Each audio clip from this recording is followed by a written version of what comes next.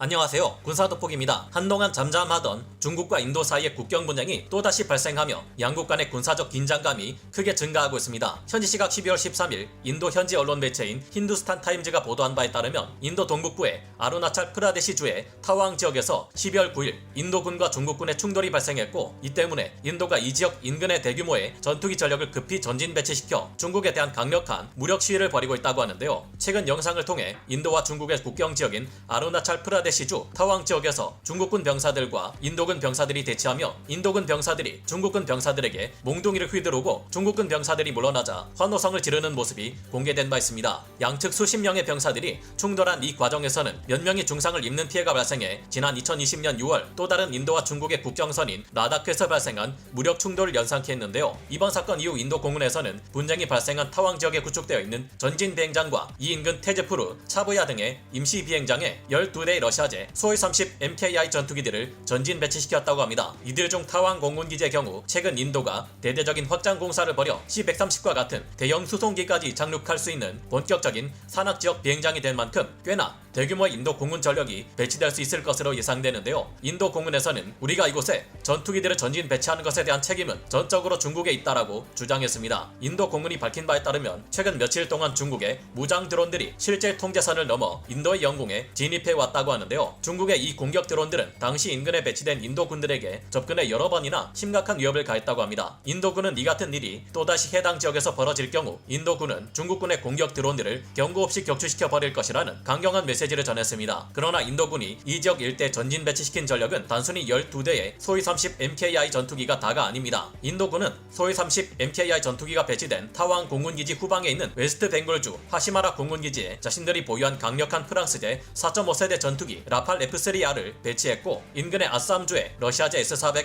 방공 시스템 또한 전진 배치시켰습니다. 우크라이나 러시아 전쟁에서 러시아의 S400의 실제 성능은 그동안 알려진 것에 크게 미치지 못한 것으로 드러났지만 인도군이 이를 어떻게 운용하느냐에 따라 상황이 달라질 수 있으며 뛰어난 성능의 라팔 전투기들마저 배치되어 있으니 중국 공군으로서도 이 전력을 상대하는 것이 꽤나 부담스러울 것으로 예상됩니다. 최근 중국은 시진핑 국가주석의 3년임이 확정되고 사우디와의 협력을 강화하며 자신감이 머리끝까지 차올라 미 해군과 나토의 해군 전투함들을 직접 조준해 사격 훈련을 진행하기까지 하며 미국은 더 이상 세계 경찰의 역할을 수행할 자격 및 권한이 없다고 주장해 왔는데요. 중국군과 인도군이 충돌해 대규모 전쟁을 벌이게 된다면 어떤 일이 벌어질지 생각해 보았습니다. 전문가는 아니지만 해당 분야의 정보를 조사 정리했습니다. 본의 아니게 틀린 부분이 있을 수 있다는 점 양해해 주시면 감사하겠습니다. 오랫동안 중국 인민해방군과 인도군 사이 전면전이 발생할 확률은 낮은 것으로 파악되어 왔습니다. 두 나라는 모두 핵 보유국이라 전면 핵전쟁을 서로가 피해야 하는 입장인데다가 거대한 히말라야 산맥이 이들의 사이를 가로막고 있기 때문인데요. 중국과 인도의 국경 지역은 대부분이 높은 고산지대이기 때문에 대규모 기계화 부대들이 동원되기 어려우며 항공수송을 포함해 배치될 보병들 간의 전투를 주축으로 진행될 가능성이 높다고 군사 전문가들은 분석하고 있습니다. 그러나 1962년 인도와 중국은 각각 군단급 규모의 군대를 동원해 대규모 국지전을 치렀던 중인전쟁을 치른 바 있고, 이후 한동안 무력 충돌이 심화되는 일은 없었는데요. 하지만 2013년을 기점으로 다시 중국과 인도 간의 국경 충돌이 발생하며 세계의 관심을 주목시키고 있습니다. 중국과 인도의 국경선은 명확하게 그어지지 않은 상태인데요. 이번에 분쟁이 일어난 인도의 타왕 지역은 1914년 인도와 티베트 간 합의에 의해 인도의 영토로 인정되었습니다. 하지만 중국은 이 국경선이 영국 식민지배 당국에 의해 당시 지배하고 있던 인도 측에 유리하게 일방적으로 그어진 것이라 주장하며 이를 인정하지 않았고 해당 지역을 짱난 지역이라 주장하며 영유권을 주장해 왔는데요. 결국 이 같은 서로 간의 대립은 1962년 중인전쟁으로 이어졌고, 인도와 중국은 각각 국경 전초기지에서 20km 떨어진 곳에 병력을 주둔시켜 기지를 구축하는 것으로 합의를 본 것이다 보니 국경선이 명확하게 설정되지 않았습니다. 이 때문에 만약 중국과 인도 간 전면전이 벌어진다면 현재 국경 분쟁 지역을 중심으로 양국이 4단급에서 군단급 병력을 동원해 충돌을 일으키고 이후 양측이 전면전을 벌이는 형태가 될 수밖에 없다고 군사 전문가들은 예상하고 있습니다. 외부의 개입이 전혀 없다는 전제하에 중국과 인도의 전력을 비교할 경우 중국군이 확실한 양적 우위에 있습니다. 하지만 분쟁이 발생할 것으로 예상되는 장소는 인도에게 있어 보급선이 더 가깝기에 전략적으로 볼 때 인도가 중국보다 유리한 입장에 놓여 있는 것이 사실인데요. 우크라이나 러시아 전쟁에서 현대전에서도 보급이 얼마나 중요한지가 극명히 드러났고, 이 전쟁을 매의 눈으로 지켜봤다는 중국의 시진핑 국가주석 또한 이 사실을 잘 알고 있습니다. 이 점은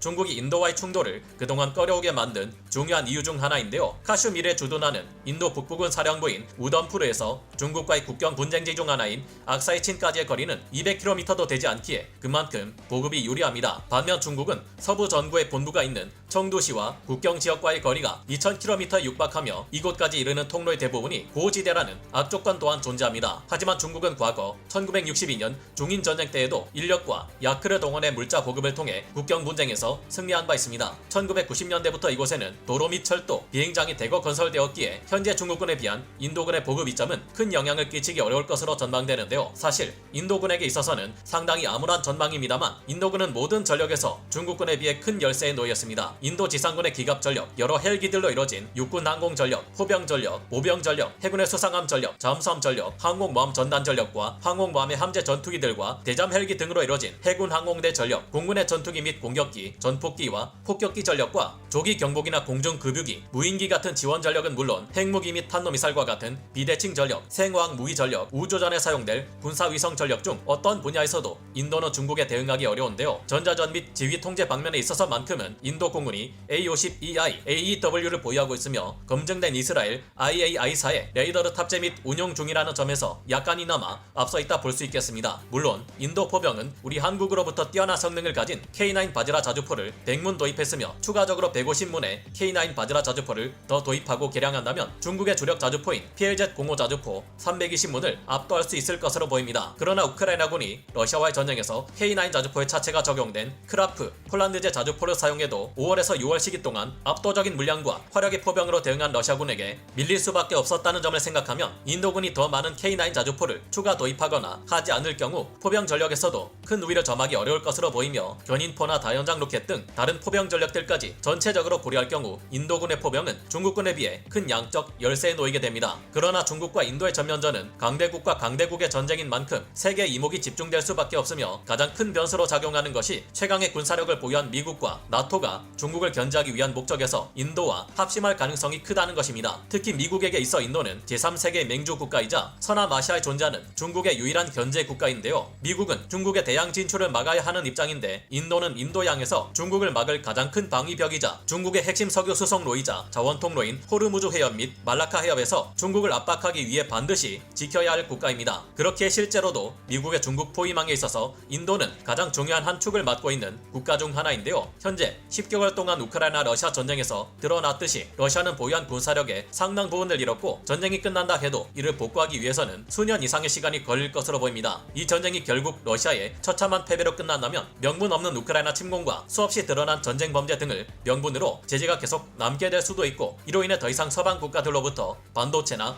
핵심 부품 등을 구할 수 없을지도 모르는데요. 그런 만큼 러시아는 인도 대 중국의 전쟁에서 중국에게 대규모의 군사 지원을 해주기 어려울 것으로 보이며 애초에 러시아의 무기 수출에 있어 인도는 중국보다 더 오래된 큰 손이기에 중국과 인도의 분쟁에서 큰 목소리를 내지 않아 왔습니다. 이 점을 생각하면 다른 전쟁이라면 몰라도 인도 대 중국의 전쟁에서 러시아가 중국 편을 드는 것은 쉽지 않을 듯한데요. 인도의 영원한 숙적이자 중국과 밀월 관계를 유지하는 파키스탄은 중국의 편을 들 가능성이 높지만 인도가 위기에 처할 경우 미국과 나토의 유럽 여러 국가들은 물론 최근 3000km 사거리에 장거리 타격 미사일까지 운용하게 된 일본이 중국을 견제하기 위해 인도에게 힘을 보탤 것이 예상되며 그 외 중국과 해상 영역 분쟁을 겪고 있는 수많은 동남아 국가들이 인도를 지원할 수 있을 것으로 예상됩니다. 중국의 일방적인 사드 압박 조치와 북한의 핵 개발을 관망해왔던 태도 등으로 인해 우리 대한민국 또한 미국을 따라 인도의 무기를 추가로 판매하거나 지원할 수 있을 것이 예상됩니다. 특히 한국은 K9 자주포를 인도에 그대로 수출했고 이는 국경 분쟁에서 인도군 포병에게 큰 힘이 되어주고 있는데요. 한국 또한 중인 전쟁이 발발할 경우 인도양 지역에서 수출로를 확보해 해외 수출하는 기업들의 피해를 방지하기 위한 목적으로 소극적인 개입을 실행할 수 있을 것 또한 예상됩니다. 최근 중국은 아프가니스탄의 무장단체 탈레반들과도 갈등을 겪고 있으며 신장 위구르 지역의 인권 문제와 관련해 이슬람 국가들 또한 알라 이름을 부르짖으며 중국과의 성전을 치르기 위해 나설 가능성이 있는데요. 중국을 견제하는 데 있어 핵심 역할을 해왔던 국가 중 하나인 호주가 애매한 태도를 보이고 있는 데다 최근 중국이 사우디아라비아와 협력 관계를 증진시키고 있어 위협이 되고 있지만 유사시 서방 세계 여러 국가와 힘을 합칠 수 있는 인도를 중국이 파키스탄, 북한과 같은 국가들과 연합해 상대할 수 있을지는 의문입니다. 여러분은 어떻게 생각하시나요? 오늘 군사 돋보기 여기서 마치고요. 다음 시간에 다시 돌아오겠습니다. 감사합니다. 영상을 재밌게 보셨다면 구독, 좋아요, 알림 설정 부탁드리겠습니다.